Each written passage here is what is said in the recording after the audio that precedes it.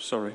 Good morning, everyone. We're at 9:30, so the hearings can resume. We're here today to deal with matter 8, which covers economy and retail. As has become traditional, we'll start off with the housekeeping. Thank you. Thank you. Just a couple of points to make out. First of all, hopefully everyone's signed in this morning. If not, can you sign in the forms just in the doorway in the break? We're not expecting a fire alarm today, so if it does go off, there's a genuine emergency. In that case, can you please go through the front doors and congregate by the traffic lights on the corner of Gillygate and Clement Terrace. Don't use any other exits at this stage, just use the main entrance doors, please. There will be other people in the building today. They're starting new classes in the back room today, so there will be other people around the building. Just be aware of that. Toilets are located just in the corridor behind you over there.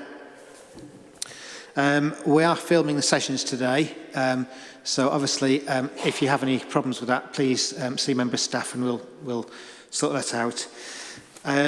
Please keep your mobile phones on silent.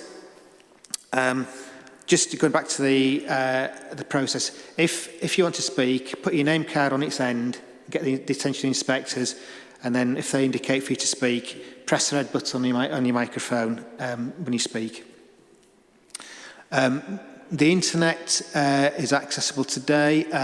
If you log on as a Citadel guest, and the password is all lowercase, sorry, it's General Booth 1883 with a capital G and capital B.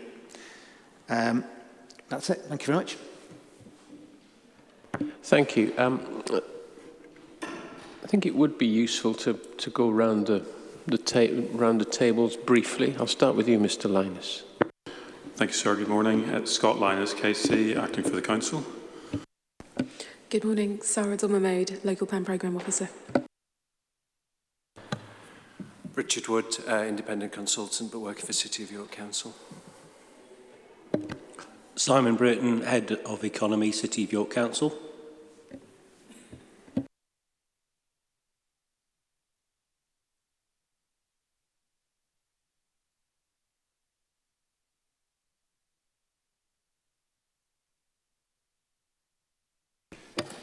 I'm Oliver Chapman from Hatch, but I'm representing Oakgate Group. Thanks. Councillor Claire Douglas, representing York Labour Party. Dave Merritt, representing York and District Trades Union Council and York Environment Forum.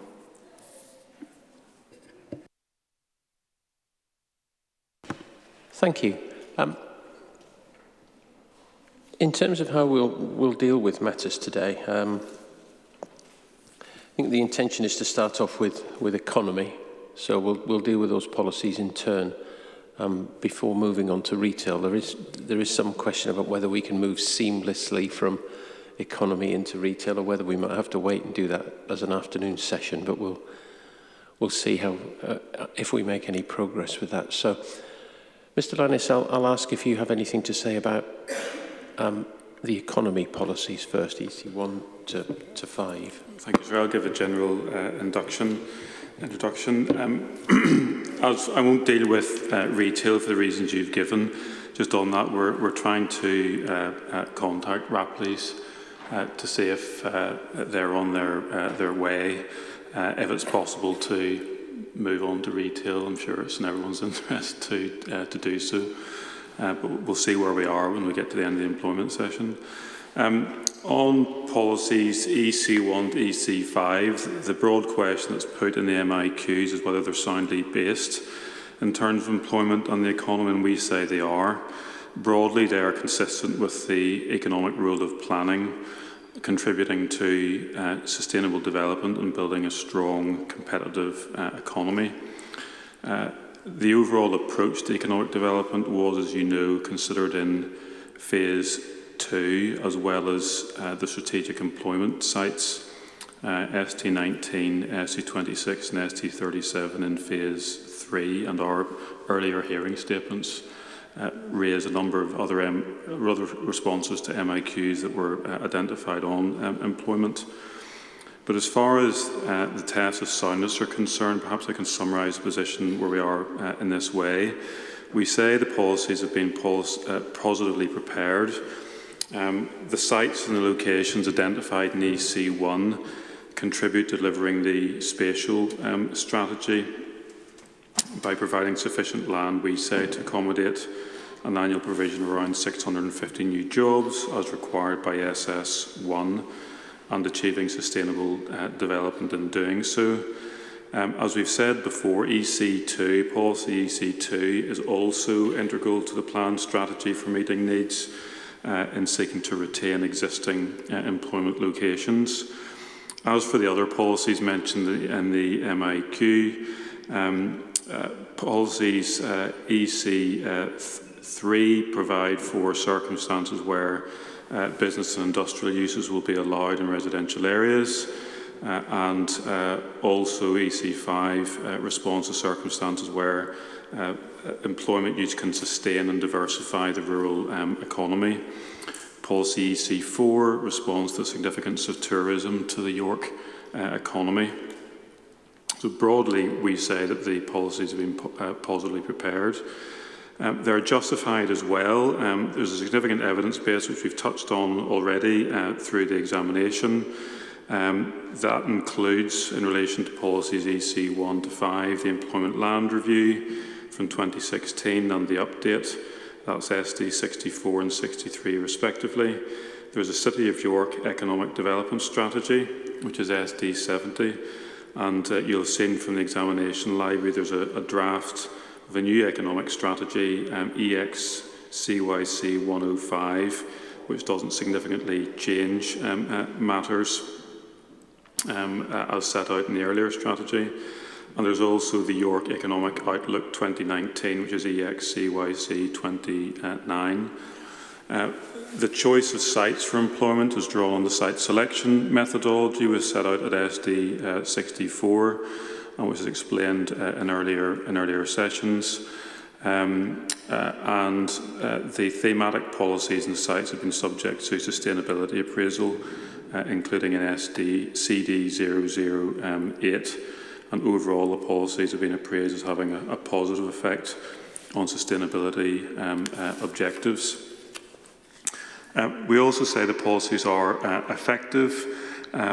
You'll have seen, we hope, the document entitled Employment Allocations in Policy EC1 Note, which was issued in August this year. It's EXCYC 107, and that contains the site profiles for each employment land site included in EC1, and also recognises site E8 is now community wood, so it's not available for employment use, but the note otherwise confirms within each site profile the supporting information on site availability provided by individual landowners along with details of any permissions and current planning applications. We say too, finally, that the policies are consistent with national policy. EC1 encourages economic growth consistent with paragraph 21 of the framework.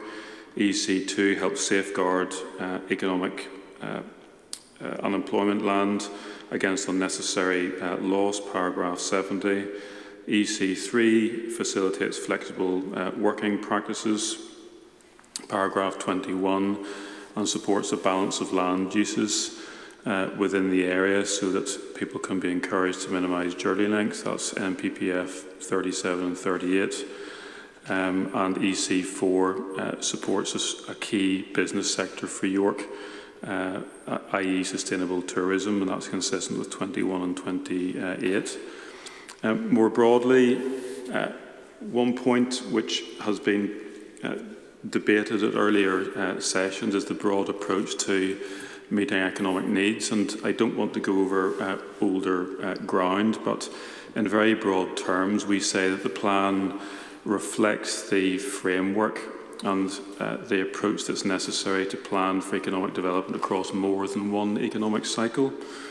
You'll have seen from the MPPF that it asks authorities to set out a vision and a strategy for their area and for them to understand whether there may be expansion or contractions in sectors or the emergence of new ones.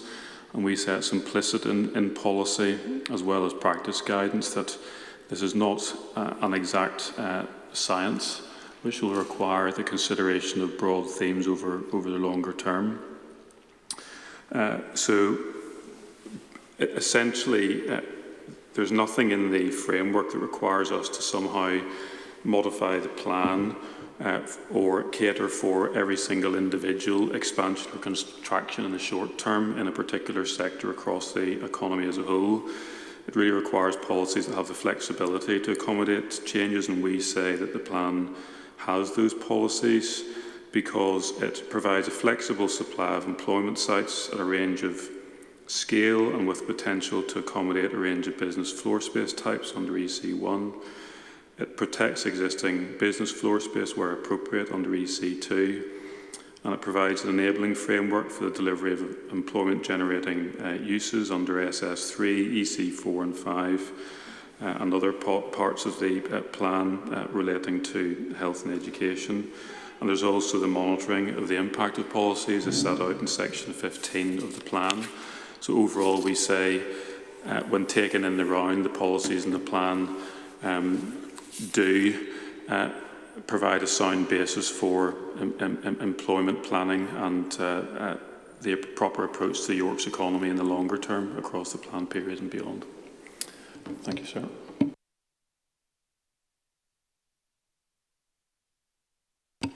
Thank you for that, Mr. Lyons. What I think we would like to do is to simply take the policies in turn, starting with EC1, then EC2, then EC3, and onto, eventually onto 5.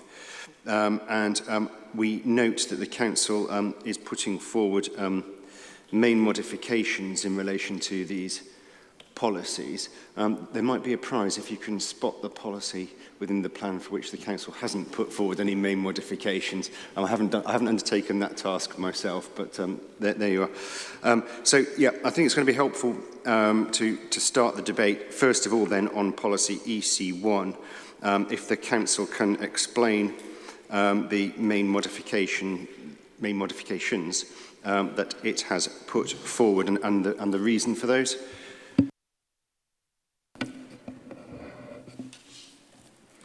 Yes, sir, thank you. The main modifications include an update to table 4.1 to bring it up to date with current supply matters. Now, this was also discussed during phase 2 hearings, and you'll recall that table being reflected in that note, so that's now included for completeness. In the body of the policy for EC1, you will see in this part of the plan and indeed other parts of the plan where it applies, we have also updated to take account of changes to the use class order.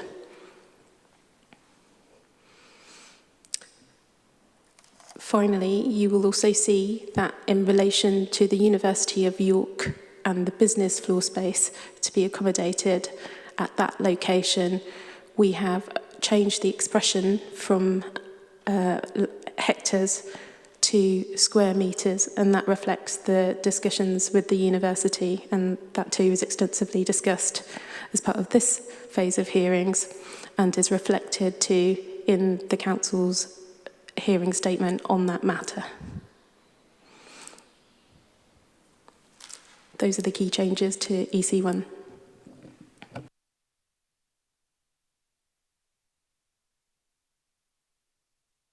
Sorry, I should make an addition. We have deleted a site as well from EC1. It's site allocation E8. Sorry, that's my omission there. And that's because that site is no longer available. You have with you in EXCYC when a schedule of all of those modifications, and the site availability details are with you as well, and that's the only site that's affected. You'll see that's one of the smaller sites of it in the schedule. So there's no willing landowner, is that the... Correct, sir. Okay. It's in use now as a community forested area, so it's not available for employment use.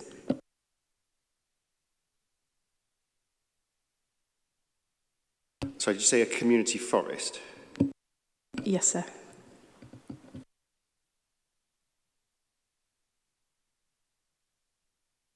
Okay, thank you for that. And you're proposing to delete as well the paragraph that's within the policy itself about York City Centre remaining the focus for main town centre uses. Is that because it won't be the focus for main town centre uses, or what? No, sir, it's just duplication. That policy is already covered in the section 3 of the plan.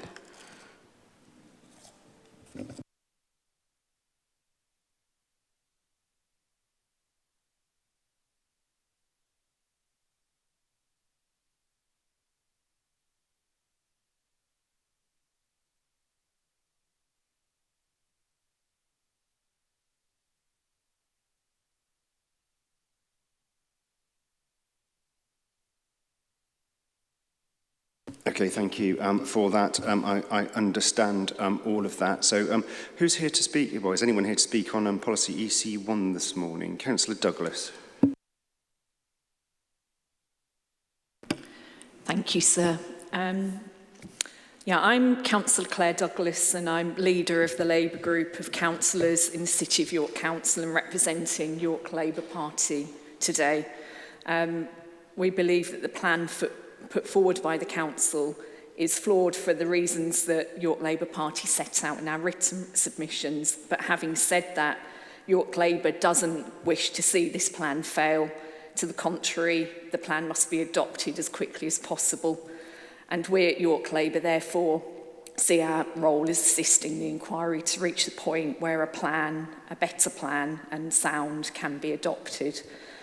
On EC1, we generally think that there isn't enough employment land at this point in time.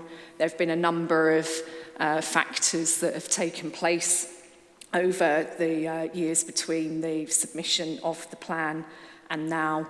And we've spoken about this a number of times, about Oxford Economics, the job growth forecasts, etc. And York has outstripped that growth every year, even with the ups and downs that we've seen, including Brexit and the COVID pandemic. The jobs growth on the ground in real life has been 766 a year between 2015 and 2021.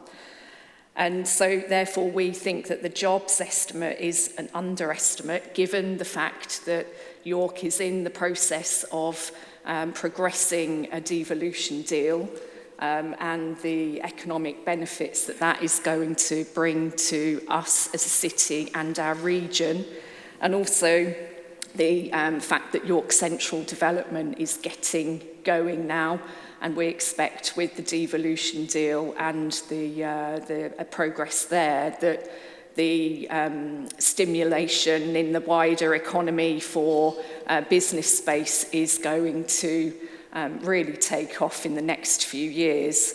And I could mention about, at this point, because it is relevant and it does play into this, the loss of employment land, but of course that's EC2, so I will come back to that later, but they are related. So we have, at this point in time, due to sectoral innovation and the devolution deal, particularly Bio-Yorkshire, there's a real need for small industrial units suitable for green technology and bioscience lab and product manufacture space.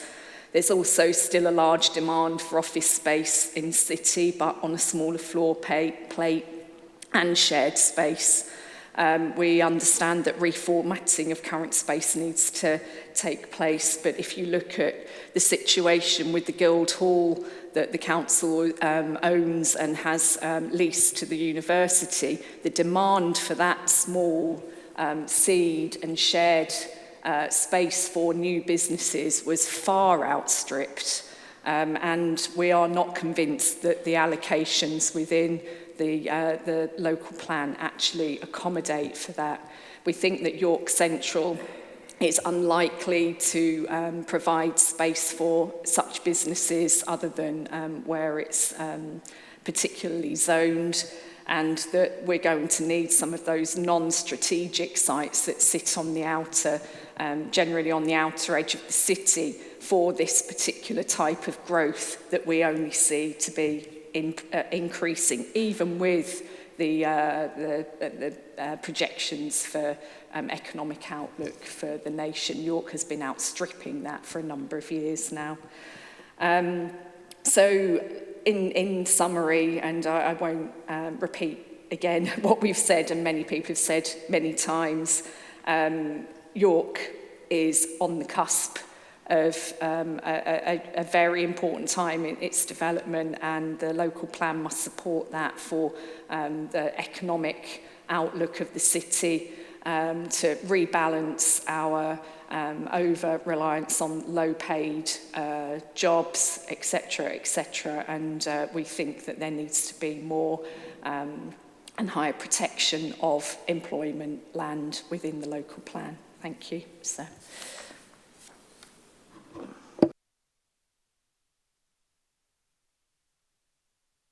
Just, Councillor Douglas, in terms of the types of small businesses that you were just talking about, is there a particular reason why the proposed allocations wouldn't be attractive to those?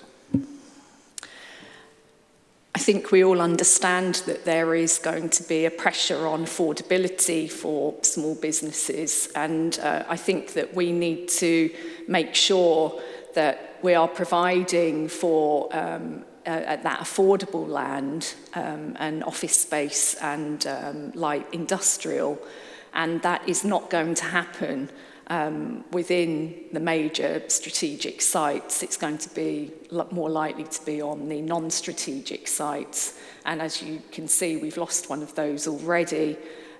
So that there is high demand, but there's going to be pressure on that affordability element as well. I think the plan needs to reflect that better.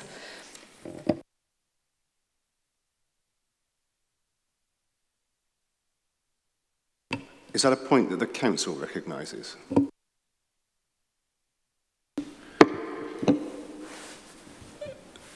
So yes, in terms of policy EC1, it's quite clear as far as the council is concerned that it's allowing for the potential for a range of employment uses to come over a range of sites.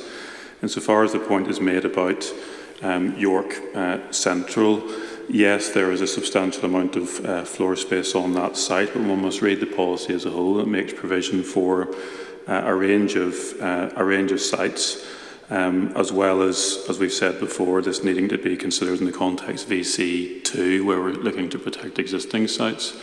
I think really Councillor Douglas's point comes back in many ways to a debate that took place at phase 2 and the annual target of 650 jobs, which we have sought to justify through earlier discussions. The starting point for her case is this point that's been raised by other people, which is that, well, you can pick figures in earlier years showing higher growth, and we've accepted that there are fluctuations in growth levels, but we have developed an evidence base that's worked through from 2016 to 2019, establishing the 650 figure from 2016 and then doing sensitivity testing leading up to 2019. And we bear in mind too the growth ambitions set out in the economic development strategy. And for the reasons we've given, we still think the 650 jobs growth figure is appropriate, and the way it's been fed through into a range of sites in EC1 makes appropriate provision for needs across a range of sites. Is there anything else you want to add? Okay, yeah. What I was wondering was, I mean, I think setting aside the question of the overall figures, because the jobs numbers, because we have looked at that in quite significant detail, I seem to recall, in phase 2. So that's not somewhere that I particularly want to dwell. But I think the other main point, perhaps, that Councillor Douglas was making, or the issue that she was raising, was a concern about affordable employment floor space. I hope I'm not misrepresenting or mischaracterising what you were saying, Councillor Douglas. I suppose I'm wondering whether the Council does see that potentially as an issue, and if so, what the Council says the plan does about that. Could I ask Mr Brierson to come in on this, please? Thank you. Yeah, absolutely. The needs for small businesses are really important, and small businesses represent almost all the businesses in York, just as the existing employment land represents all of what will still be most of the employment land in York, even at the end of this plan period. And the key thing really is about maintaining the use of existing employment sites as those that want to move into the higher grade office space that will be developed on sites such as York Central happen. The important thing is that the space that the businesses move from isn't lost for employment uses. That's where more affordable uses will be outside of the city centre, and indeed in space above shops in the city centre. So for me, EC2 is probably the most important policy in the plan from an economic development point of view. It's crucial that we keep our existing employment land and that we make sure that that is reconfigured and made more suitable for small businesses, which is something that's expressed in our draft economic strategy, which I know has been referred to already. Okay, so just in broad terms then, do you agree with Councillor Douglas that yes, probably, possibly, some of the proposed allocations are more likely to be more unaffordable for small businesses, but you say, don't forget the land that we are, the existing land that we are protecting, and that through churn, you will always have a supply of more affordable space. Is that basically your position? Yes.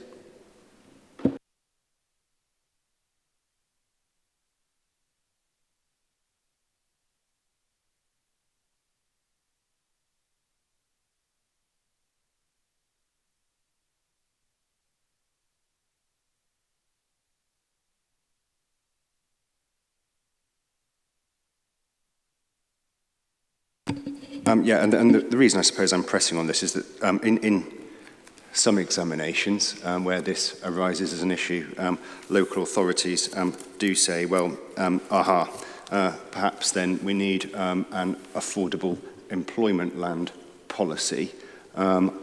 Is that the case here?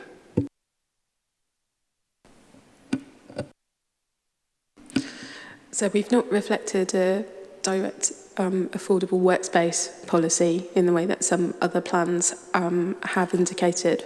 But as Mr Linus has outlined, in the EC1 allocations, you have a range of site allocations at a range of scales across the city. As Mr Brereton has outlined, we also have EC2, which is concerned with protecting that existing stock of employment floor space.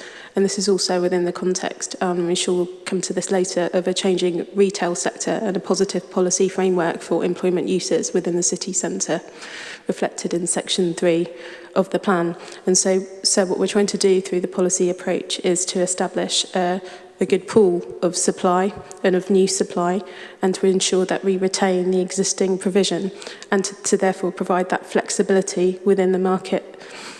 Again, I know that we don't want to revisit issues that were touched on at phase 2, but we talked at that stage, and including in our hearing statement, about the flexibility built into these supply figures as well. And so there's a degree of flexibility built in at that point of calculation, if you like, too.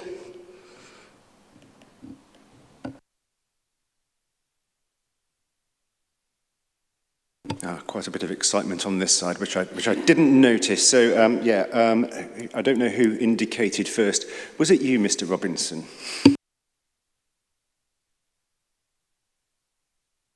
Okay.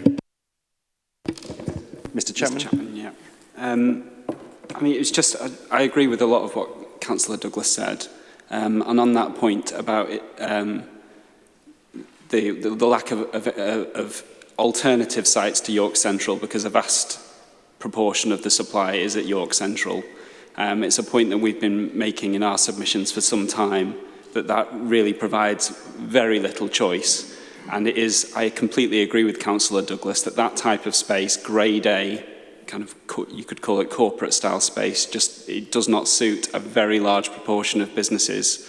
Hatch undertook the West Yorkshire Strategic Employment Land Study, where we did a lot of engagement with businesses, with commercial agents. We spoke to a lot of them who all said that the priority for a large number of small businesses, not all of them, is having access to affordable space. And the issue in York at the moment is that supply is so restricted, vacancy rates are so low, that you can't rely on churn in the market to meet the needs of growing local businesses. Because, you know, the last time I looked, the vacancy rate for office space in York was 2%. So if the new supply at York Central doesn't meet their needs, where are they supposed to go? Where there is no capacity elsewhere.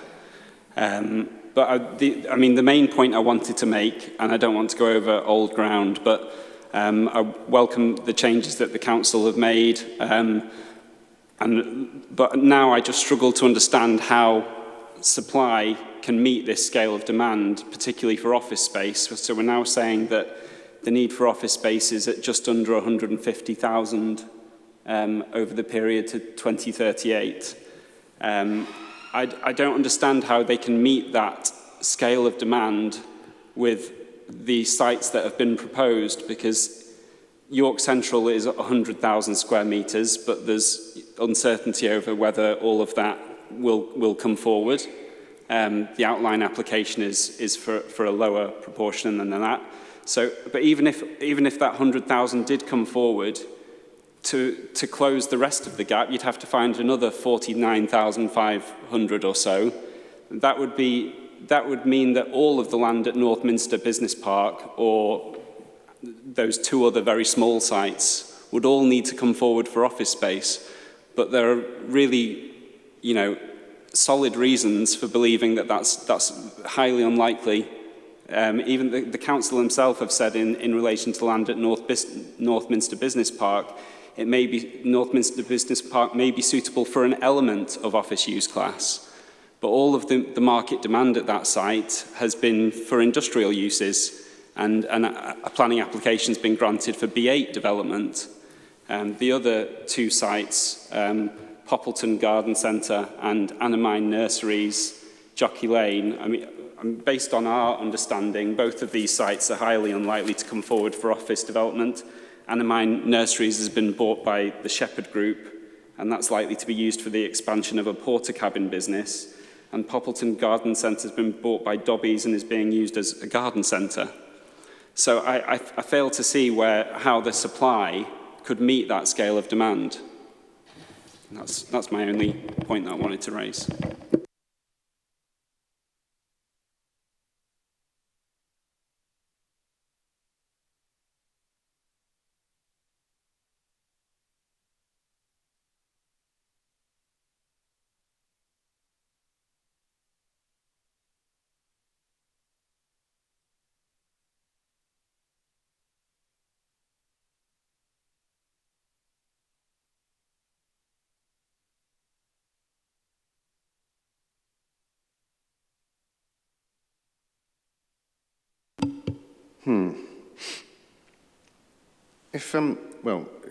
Does the council have certainty about Poppleton Garden Centre in terms of its availability for the proposed uses?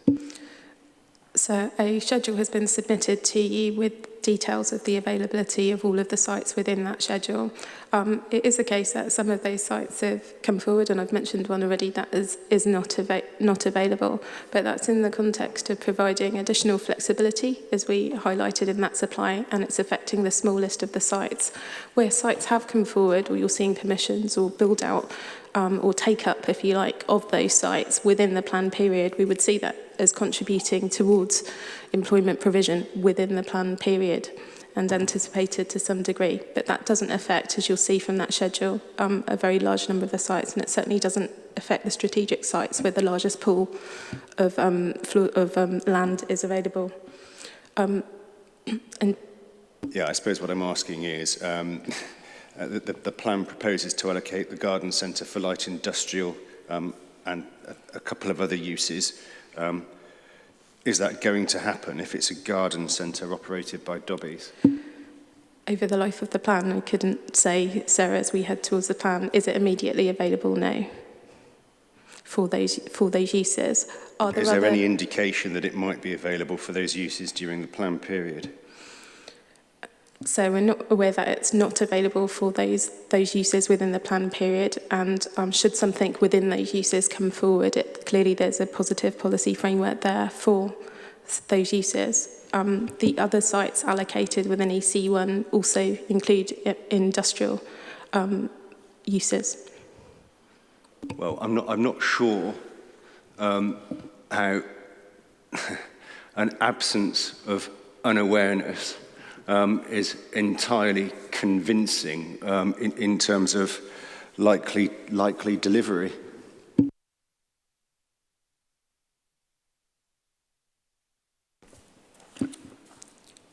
So that's one of the sites in the whole schedule of EC1 sites that have been allocated. It's one of the smaller sites there, and it is the case that it won't always align with exactly the floor space allocations that we've defined within it.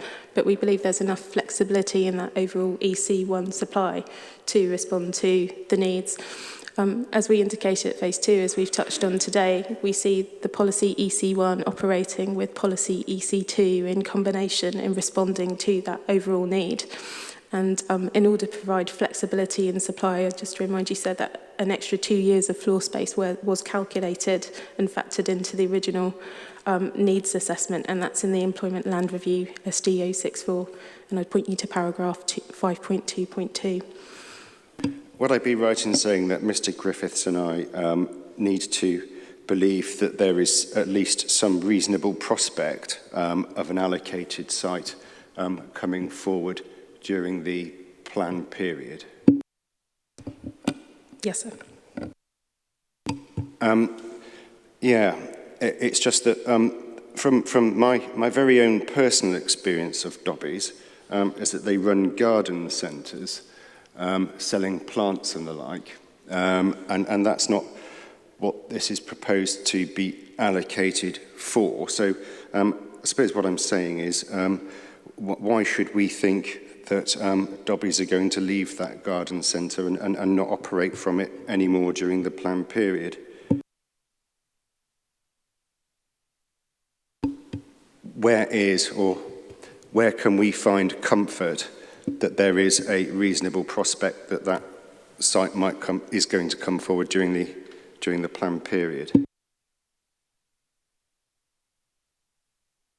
So I think the history of this is that the site was originally put forward for development during the preferred options consultation and subsequently allocated.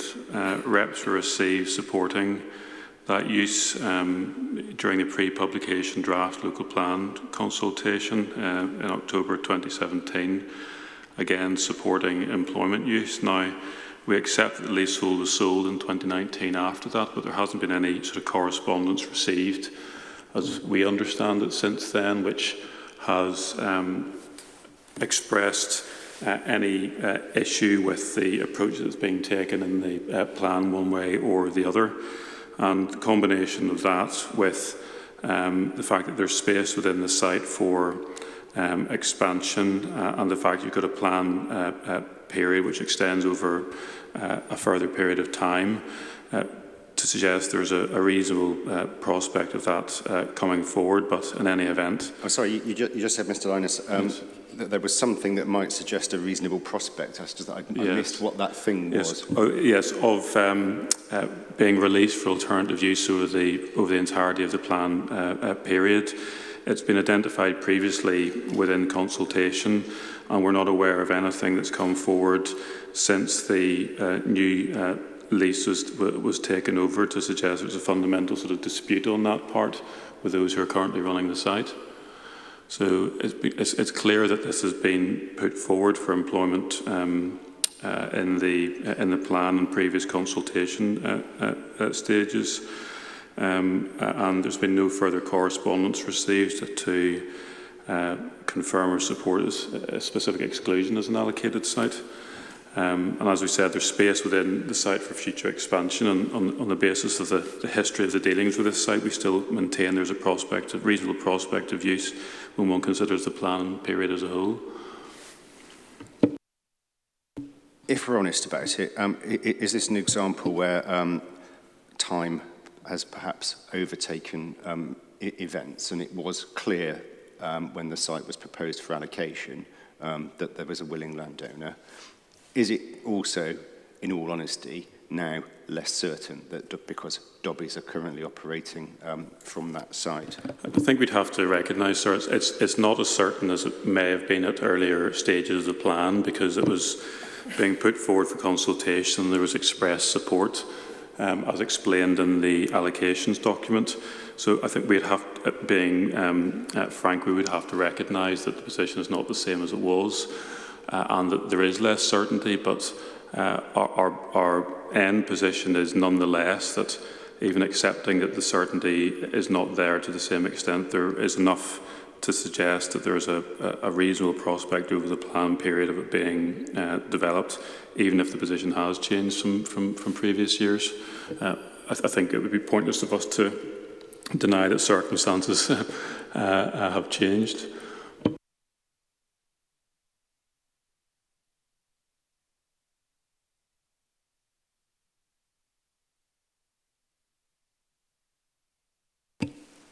Yeah, okay. I think what we need really is more certainty than the council can currently offer, certainly in relation to that site, but frankly, I think all of the proposed sites in policy EC1, we want to know that there are willing landowners in terms of the planning period. So you have already the note that's ECCYC, I think it's 107.7, which is the note on employment allocations from August this year, where the schedule goes through the different sites on site capacity, delivery projections, whether the site's deliverable, and it includes availability and deliverability. Can we just be clear that, particularly in relation to the Poppleton Garden Centre, and we obviously take on board what you said, but are you looking for anything more in terms of the entries in that document? Well, that depends, because we are currently focusing on Poppleton. Not just because I like garden centres, but what I'm wondering is if this is just one example where there might be other examples where there are similar levels of uncertainty. And if you're telling me that this is a one-off, so I would say there are two sites in there. One we've deleted because it's patently unavailable, and I've referenced that, and that's been deleted in the policy. Mr. Linus has just outlined the position as reflected in that schedule, which is before you in respect of that site. In respect of the other sites, you will see confirmation by email or site visits from officers, including very recent site visits, to show that the remaining sites within that schedule are ready and available. They're not in attendance today, for example, but you even have confirmation from Defence Infrastructure Organisation about the availability of that site. And so I'd invite you to look at that schedule in detail, and to note that site E8 is deleted and struck out from that site, and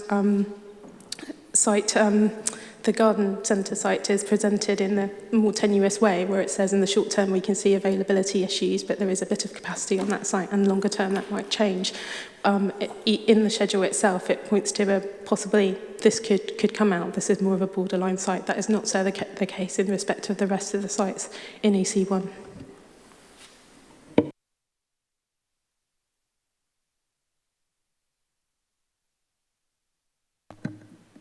Okay, so I think in short what you're saying is, yeah, this is a one-off. Yes, sir. And I think, as you'll see, we haven't, when we've been going through the allocation, sought to hold on to every single allocation, no matter what the circumstances are. And it's reflected in the fact that we have accepted that E8 should be deleted because of the community forest use. As you'll see when we go through the schedules, Poppleton Garden Centre is accepted to be more marginal, but beyond that, we think they are perhaps outliers is the wrong term, but there certainly can be distinguished from the other sites in that schedule.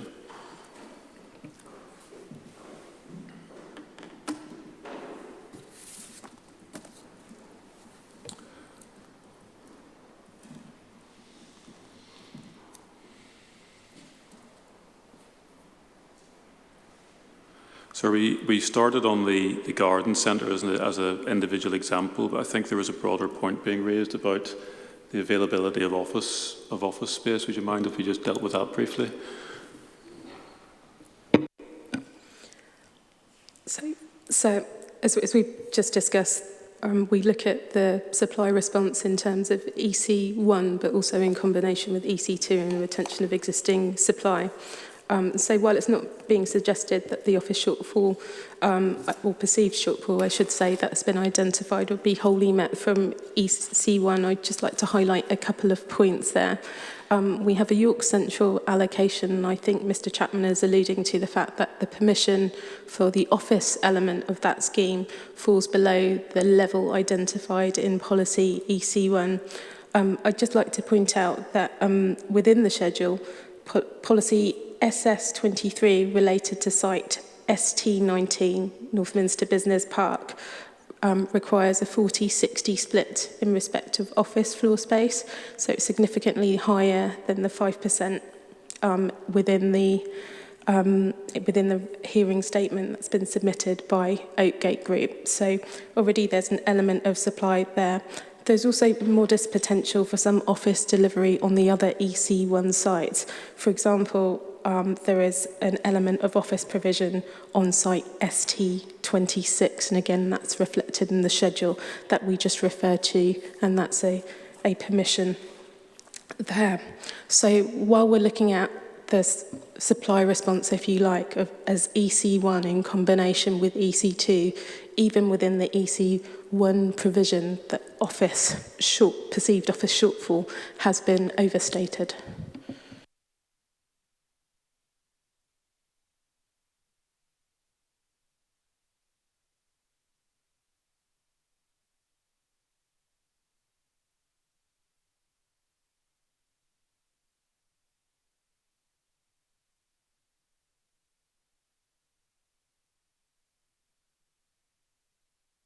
Councillor Douglas.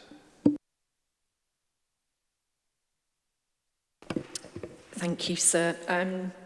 Just very quickly, I think what we're starting to hear is that there is a trail of deleted, likely unavailable, uncertain, or already built out within the sites, and I still have the concern that there is not going to be enough space to accommodate the likely growth in business demand of all types and of all sizes. And as I said, we haven't really mentioned the devolution deal and what we expect that to bring to York. I've mentioned it, nobody else has. It's going to be a very important time for York, and we need that bandwidth within available employment land. And I do think your suggestion was a very good idea of an affordable employment land policy. York has affordability issues across the piece, whether that's domestic housing or whether it's employment land. And I'm biting my tongue on EC2 because there's so much within that is relevant here. But I will come back, but it's the evidence in that section is stark when you compare it to EC1 as well. Thank you.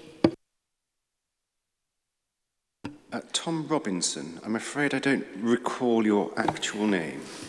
Joanna Gabrielazzo. And my apologies. Don't worry, thank you. I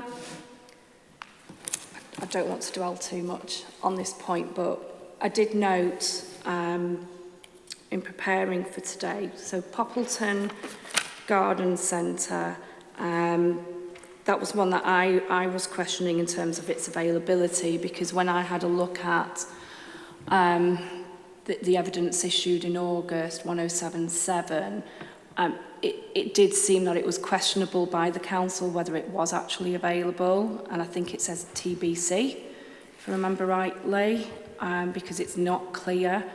So that's my first point to make, and it's a hectare of land as well that is identified. I'm pleased to see that the site E8, which is the Weldrake site, has been taken out, and we mentioned that back in, I think it was our phase 2 hearing statements as well, that we had already seen that wasn't available. We also questioned the Jockey Lane site because it is occupied by Portakabin, and if they want to extend, that's excellent in terms of using the site, but in terms of growth and encouraging other companies across and bringing in investment into the city, it reduces potentially the land down even further. Just taking those sites in total, that's 4.25 hectares of land. I note in terms of E8, which is the Weldrake site, which is now a woodland, and that's 0.45 hectares. I do recall reading that it was considered by the council that doesn't need replacing because it's just such a small piece of land. The representations we've been making on behalf of Industrial Property Investment Fund, which is owned by Legal & General, and they own a number of business parks across the city. They own York Business Park and they own Clifton Moor as well, and they are very live, busy sites, and always looking to replace and find new properties for occupiers. That these small sites are very important, and that's why we had also put forward the one piece of land which is still vacant on York Business Park, which had been deallocated for employment land, which is mentioned in all of our representations as well, because it's an important site. It's 0.65 hectares, but it is important, and we do believe it should be put back into the local plan. In terms of E16, which is Poppleton Garden Centre, it is owned by Dobbies, and I think it needs to be known what the future is of that site, because it does feel to me that it's not going to come forward for any type of employment stroke industrial use. So that's my first point in terms of EC1. In looking at table 4.1 of the council's hearing statements and modifications, and forgive me if I'm not seeing where the change, how the change has arisen, but the amount of land for B uses has increased by 3.4 hectares compared with the old table. And I'm not sure where that extra 3.4 hectares has come from, and it could just be an error on my behalf, but I can't see it, and I can't see the clarity there. So that's another point I'd like to raise. I've also struggled throughout the process, and again, we've made this clear in our representations. In table 4.1, there has never been any land allocated for use class B2. And I can't believe that there is no need for growth for use class B2 across the city during the whole plan period. And again, I'm not sure if I've ever seen an explanation of that, which again concerns me, particularly where I'm acting for a client with 2 very large business parks, which has got a whole mix of uses, including B2, and there's constant demand to either rehouse growing businesses under that use class or to attract new businesses in. And all the permissions we've had granted in the last few years, we've gone for a flexible use, including the old B1, B2 and B8, which has been attractive in the market for bringing some of those users forward. So I can't understand why there is no growth for B2 and no sites allocated specifically.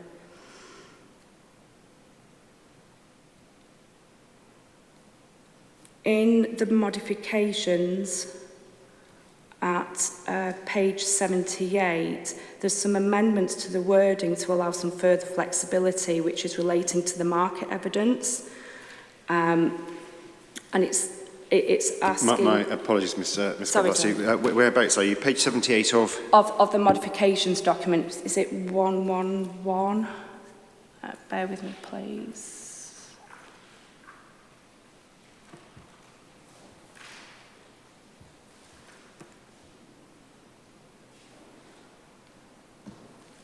It's page 65. Sorry, it's page 65 of the proposed modifications schedule, CYC 111. Yeah, okay, I have that. Okay, so on the bottom table, where it refers to plan location, page 78, next, it's to do with the explanation. And it's referring to the marketing evidence that's required, in most cases not less than 18 months. I'm not commenting on that, that seems reasonable. Further down, this includes all employment generating uses, not just office or industrial uses, outside the B use classes. It just seems quite broad that, in terms of what is that definition, in terms of employment generating uses, not just office or industrial, it's like how wide is one supposed to go? Does that include retail uses and other employment type generating uses? And I think some clarity and definition is needed for that.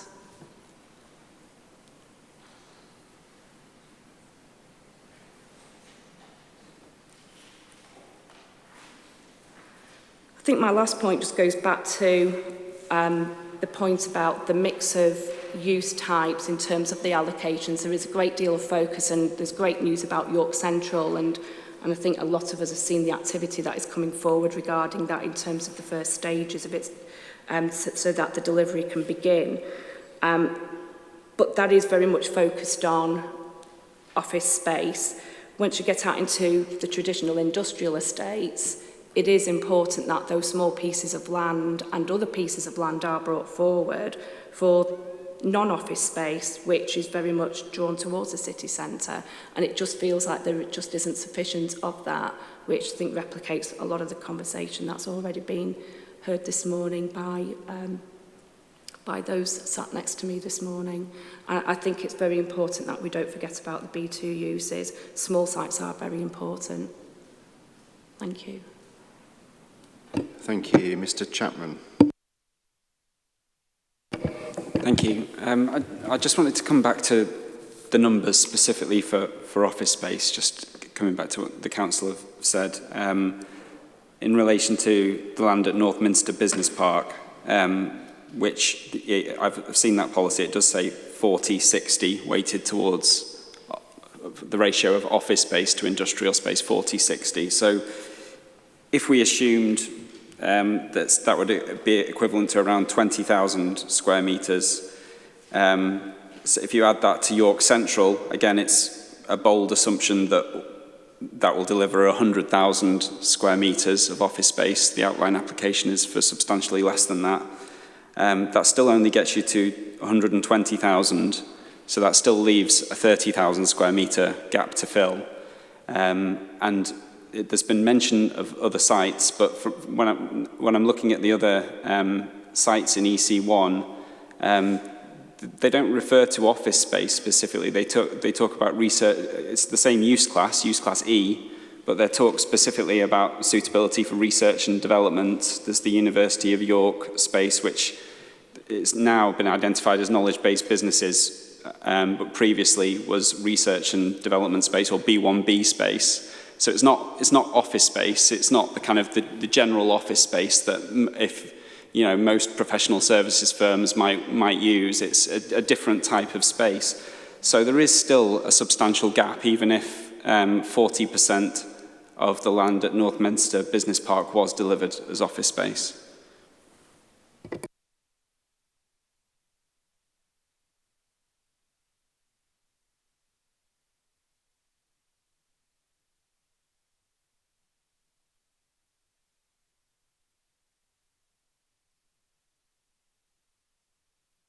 Ms. Gabrielazzi. Thank you. Mr Linus. So I'll just pick up on a couple of miscellaneous points before asking the others in the team to have anything to add. As far as the first series of points are being made, just a point was made about the absence of any B2 allocations. Just need to be clear that Table 4.1, as amended, does have figures of 0 against general industrial use B2, but it's important to look back then and see what's actually been proposed for allocation. That, as we explained in the Phase 2 hearings, the Council sought to respond to the market and other information that is taken into account when consulting on its policies, and it does propose B2 allocations, notwithstanding what is in Table 4.1.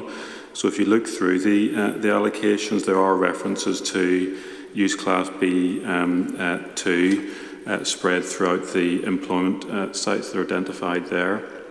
That's the first point. The second point is that in relation to Table 4.1, there was a reference to a change in the figures, an increase in around about 3 hectares. The short explanation for that is it's been factoring in a loss of floor space that the Council has taken into account in updating the table. There's not an error as such. It's just as Ms Dillenmoot explained earlier this morning. It's taken into account changes in floor space figures since the earlier version of the table was prepared. So there's no mischief in the change in the figures. And it's been followed through in any event into the explanation for the allocations that we've given. The third point on Jockey Lane again, would refer you, sirs, to EXCYC 1077, where it's clear that the Council has looked at whether the site is deliverable and available, and references made to email correspondence with the owners where it was confirmed that the site is deliverable and available as far as the Council is concerned. So that's the reason why that site is maintained within the list. That's page 16 of that document, sir. As for the fourth point that's been raised about the scope of employment generating uses that needs to be covered by the marketing under EC2, the short response is yes, it is intended to go beyond the B class uses to include effectively uses including retail, main town centre uses. I note in the glossary to the draft plan there is a definition of economic development, and what I think we need to do is to perhaps cross-refer to that within the policy so it's clearer what the scope of EC2 is. Economic development refers to development including those within the B use classes, public and community uses and main town centre uses, but excluding housing development. And there may well be some scope for greater clarity by taking that definition and bringing it back within the scope of EC2 so it's clear what the marking evidence needs to cover. Yeah, so I have it that the Council is putting forward an addition to that main modification, which I agree is needed. Yes. We will look at that, and it will go into the composite main modifications list. As for Mr. Chapman's point, I think largely we've given our views on that, the nature of the flexibility, both in the provision within the policy and in the figure work that led to the allocations being presented, and within the broad suite of policies, including EC2. I don't think we've anything to add to the broad position we've expressed on that.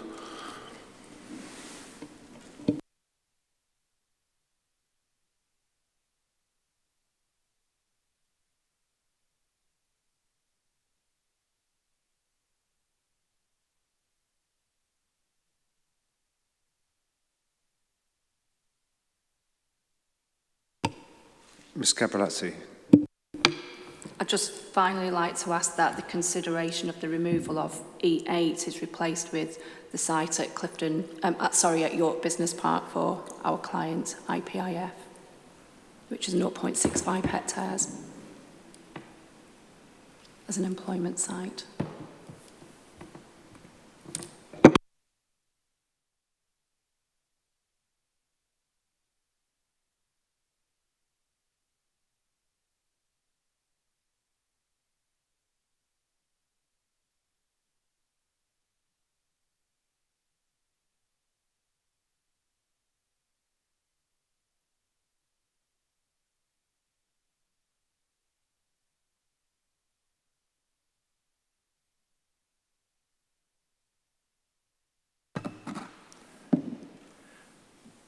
Just to add, on the Popperton Glassworks site, there is a current designation on that site, SINC designation, which I think was discussed at the Green Infrastructure session last week. So that's why the employment site selection work and all the plans work to date is not, that's been the key reason why that site has not been included in the employment land supply to date. I think in any event, as we've said, we maintain our position that there would be sufficient flexibility in the provision within the plan, so it's not necessary to put that site in, added to the site selection decisions. I think my main point was that specifically on that site, irrespective of the issue of need, was ruled out at the stage 1 of the site selection process following the methodology that's set out for site selection in the Employment Land Review paper.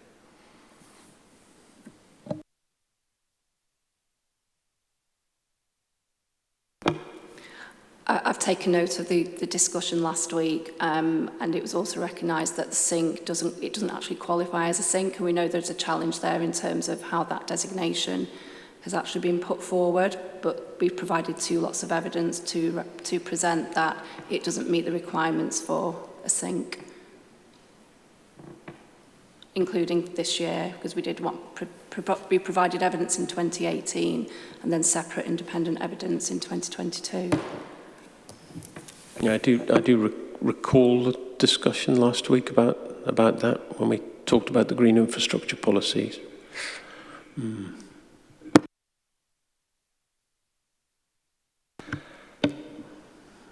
I think you'll have to leave that with us for now.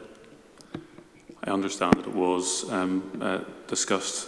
I think we've explained the position on site selection. Obviously, its status as a SINC is something which is not simply determined through the local plan process or even individually by the council without consulting other stakeholders.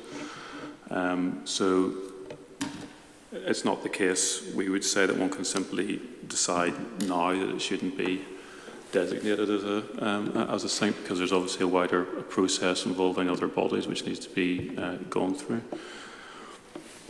It seems to me that it wouldn't be as straightforward as an exercise as just putting it in the plan. I think there might be other stages required before you could do that. So clearly, I wasn't at the green infrastructure sessions, but from my general knowledge of SINCs, there will be a sort of general review process that's carried out intermittently by bodies that would include, but not be limited to, the council, because obviously it needs to take on board the views of other parties. So it's difficult at this stage to do anything more than take on board the site selection process that the council has conducted, which had regard to its current status as a SINC. And we understand that evidence was presented by JLL, but frankly, it's not something which can be determined solely through the local plan process now, we would say.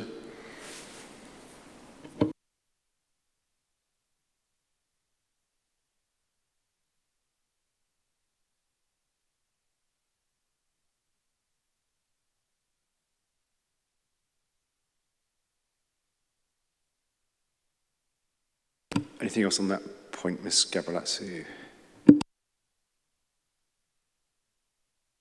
Okay, very good. Anything else on policy EC1 before we move all the way to EC2? Marvellous. Then let us turn to policy EC2. and as we did with EC1, if I could ask the Council, first of all, let me just check that there are main modifications proposed to it before I make that assumption.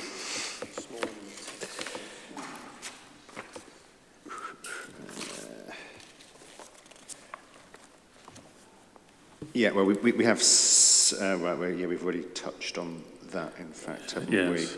So I think this is an example of happy circumstance where we may not be actually proposing a main mod to the policy itself. And the two modifications to the explanation, I think we've touched upon already. We don't understand there would be any significant dispute over the not less than 18 months, and we've accepted that we should go away and look at the scope of the employment generating uses that are covered by the policy.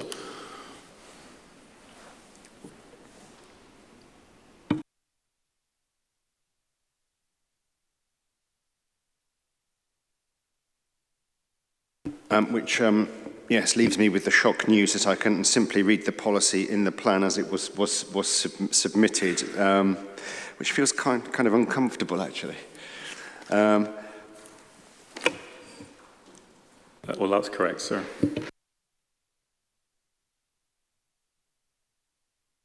I've spoken too soon.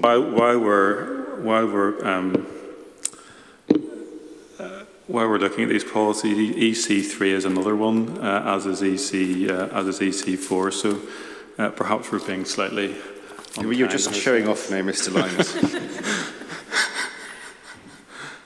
Okay, before we get too carried away with ourselves, let us contain ourselves to EC2. And Councillor Douglas, I think that. Yeah, you expressed a desire to get on to that as quickly as you were possibly allowed. Thank you, sir. Yes. I suppose most of what I have to say is about feedback from the city, along with some data, but there has been an awful lot of loss of employment land, and my colleague here has already mentioned about the office space between 2014 and 2021, loss of 65 properties with business floor space and almost 36,000 metres squared of lost B1A floor space. And then in 2022, which I'm not sure has been considered in the revised proposals, we've seen purpose-built student accommodation approved for employment land in the city. And the feedback that we're getting from developers is that there still is a very strong, as I know you will understand, demand for purpose-built student accommodation. And they are looking at areas around the universities for that, which the good sites are currently employment sites, so we have to consider that. There's also the other issue that's also been mentioned already about the York Central development and the permission that was granted in 2019. It's possible there's going to be a 30% shortfall of provision on that site that I think has essentially been accepted. And we therefore think that all of this is leading us to a situation where the lack of employment land is only going to get worse. It's not going to get any better unless we do something about protecting it and sticking to our policies on that. Then we are going to be in quite significant problems. And I have to say, as a person who has sat on planning committees, I feel as though we have not been strong enough in the city to defend employment land, and we are seeing the pace of that being given over to other development purposes increase, I believe. I'm sure other people around me have stronger data than I do, But those are the issues that the city is facing. Those are the issues that business organisations bring to me on a regular basis, and I reflect that feeling. Thank you.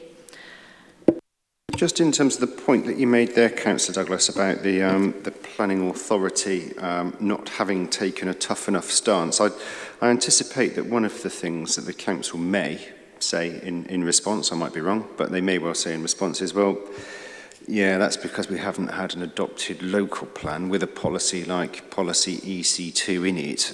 So that is probably the answer to that problem. What do you think about that? Absolutely. I think that the plan is tremendously important to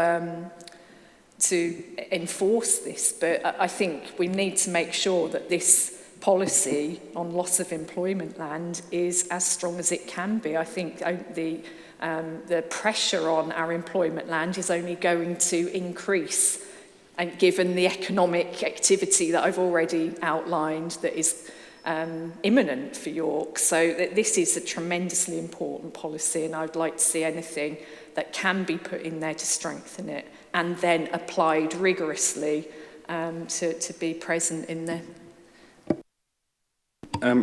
Yeah, two things on that. I mean, first of all, from our perspective, we can only do what we can to make sure that the policy is right in that regard. What the council does with it afterwards is up to it.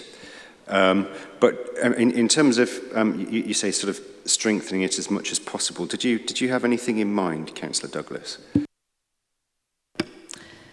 I have to apologise, I'm not a technician, so I look to people who have better knowledge of these things than myself, but yeah, I'll leave it there. Thank you. Are you indicating to help Councillor Douglas out, Mr Merritt, with suggestions for strengthening EC2? I am, because this was also a main feature of the Trades Council's